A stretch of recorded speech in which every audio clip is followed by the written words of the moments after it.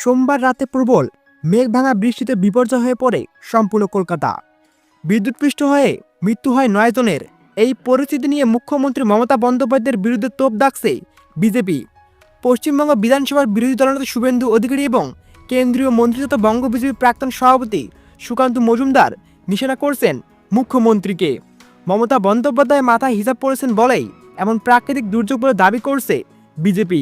শুধু তাই নয়, মুখ্যমন্ত্রী হিন্দুদের আস্থায় আঘাত হেনেছেন বলেও অভিযোগ তোলা হচ্ছে। প্রসঙ্গগত, মহালয়ার আগের বেশ কয়েকটি প্যান্ডেলের উদ্বোধন করেন পশ্চিমবঙ্গের মুখ্যমন্ত্রী মমতা বন্দ্যোপাধ্যায়। আর সেই নিয়ে রাজনৈতিক বিতর্ক চরমে উঠেছে। প্যান্ডেল উদ্বোধন করতে গিয়ে গুড়ি গুড়ি বৃষ্টিতে কাপড়ে মাথা ঢাকেন মমতা। সেই নিয়ে তীব্র কটাক্ষ করেছে রাজ্য বিজেপি। বিষয়টি নিয়ে টুইট করেছেন বিজেপির আইটি সেলের প্রধান অমিত মালব্য।